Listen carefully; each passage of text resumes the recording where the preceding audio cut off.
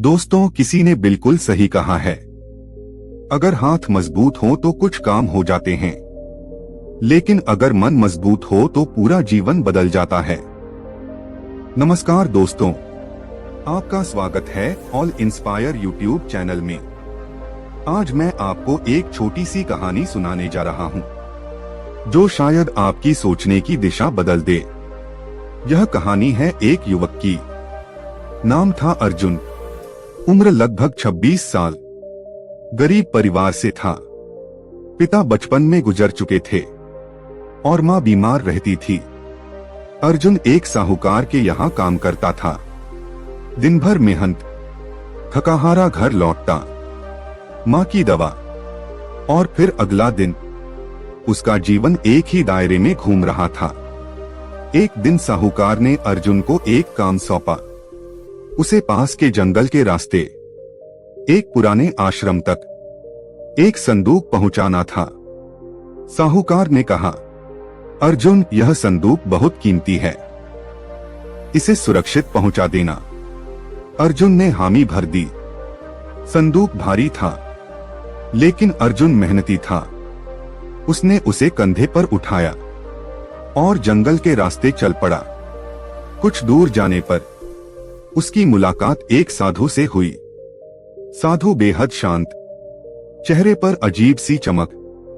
साधु ने पूछा, बेटा, क्या मैं कुछ देर तुम्हारे साथ चल सकता हूं? अर्जुन ने आदर से कहा, जरूर महाराज। चलते चलते साधु ने संदूक की ओर देखा और बोले, भारी लग रहा है, इसमें क्या है?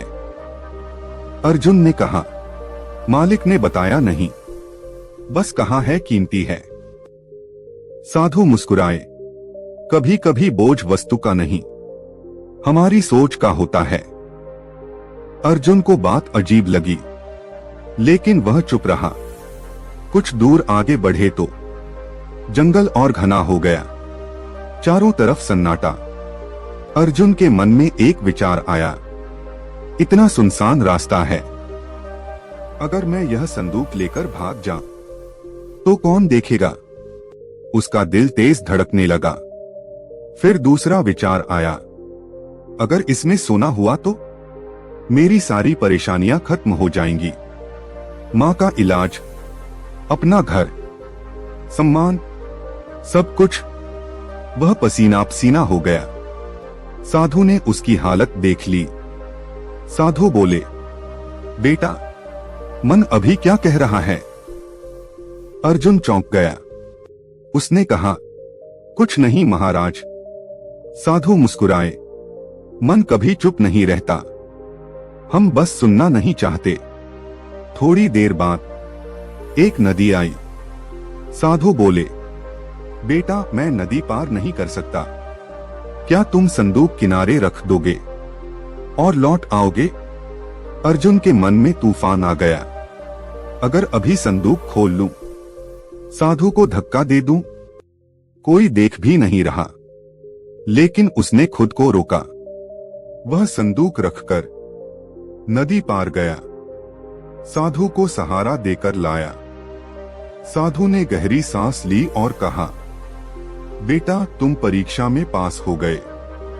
अर्जुन हैरान रह गया। कौन सी परीक्षा महाराज? साधु ने संदूक खोलने को कहा। अर्जुन ने कांपते हाथों से संदूक खोला। अंदर न सोना था, न चांदी। अंदर था एक पुराना कपड़ा और एक पत्र।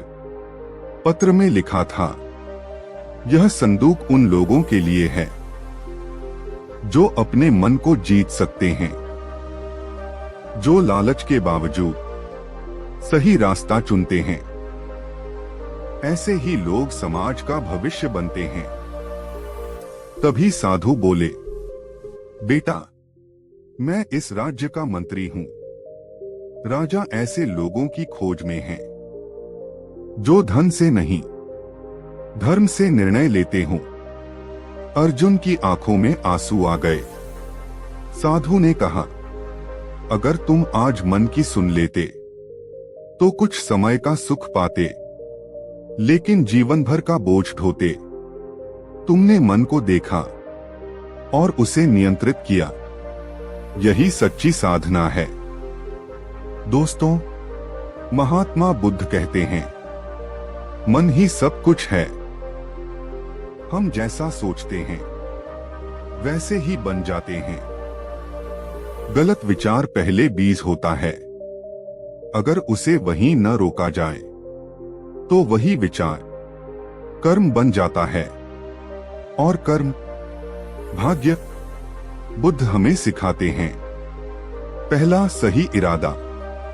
कुछ भी करने से पहले खुद से पूछिए, मेरा उद्देश्य क्या है। दूसरा सजगता। अपने मन के विचारों को बिना प्रतिक्रिया सिर्फ देखिए। जो खुद को देख लेता है वही सबसे बड़ा तपस्वी होता है। दोस्तों, आपका सबसे बड़ा शत्रु बाहर नहीं, आपके भीतर बैठा है, आपका अनियंत्रित मन। अगर आप मन को जीत गए तो जीवन खुद ब खुद सही दिशा में चल पड़ेगा। उम्मीद है इस कहानी ने आपको कुछ सोचने पर मजबूर किया होगा। अगर वीडियो पसंद आई हो तो लाइक करें, शेयर करें और चैनल को सब्सक्राइब जरूर करें। मिलते हैं अगली वीडियो में।